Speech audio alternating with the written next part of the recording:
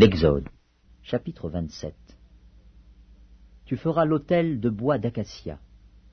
Sa longueur sera de 5 coudées, et sa largeur de 5 coudées. L'autel sera carré, et sa hauteur sera de 3 coudées. Tu feras, aux 4 coins, des cornes qui sortiront de l'autel, et tu le couvriras d'airain. Tu feras pour l'autel des cendriers, des pelles, des bassins, des fourchettes et des brasiers. Tu feras d'airain tous ses ustensiles. Tu feras à l'autel une grille d'airain en forme de treillis, et tu mettras 4 anneaux d'airain aux 4 coins du treillis.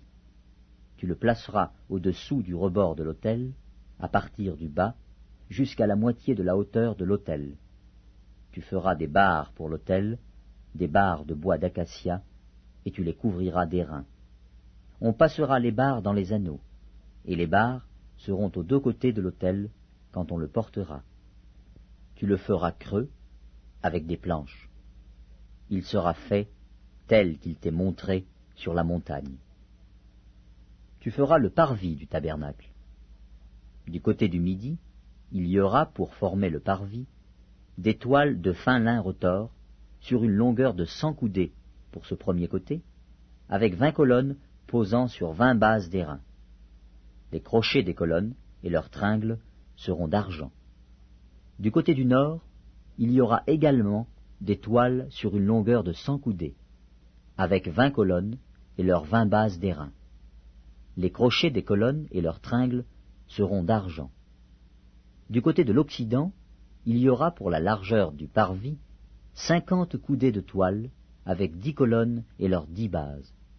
Du côté de l'orient, sur les 50 coudées de largeur du parvis, il y aura 15 coudées de toile pour une aile, avec 3 colonnes et leurs 3 bases, et 15 coudées de toile pour la seconde aile, avec 3 colonnes et leurs 3 bases.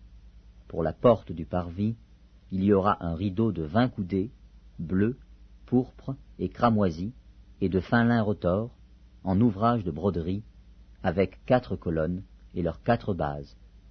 Toutes les colonnes formant l'enceinte du parvis auront des tringles d'argent, des crochets d'argent et des bases d'airain.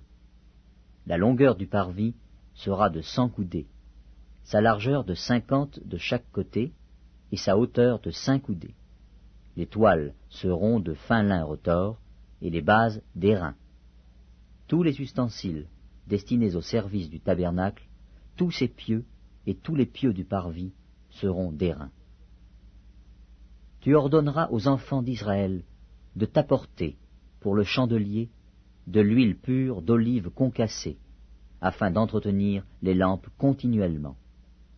C'est dans la tente d'assignation, en dehors du voile qui est devant le témoignage, qu'Aaron et ses fils la prépareront, pour que les lampes brûlent du soir au matin en présence de l'Éternel.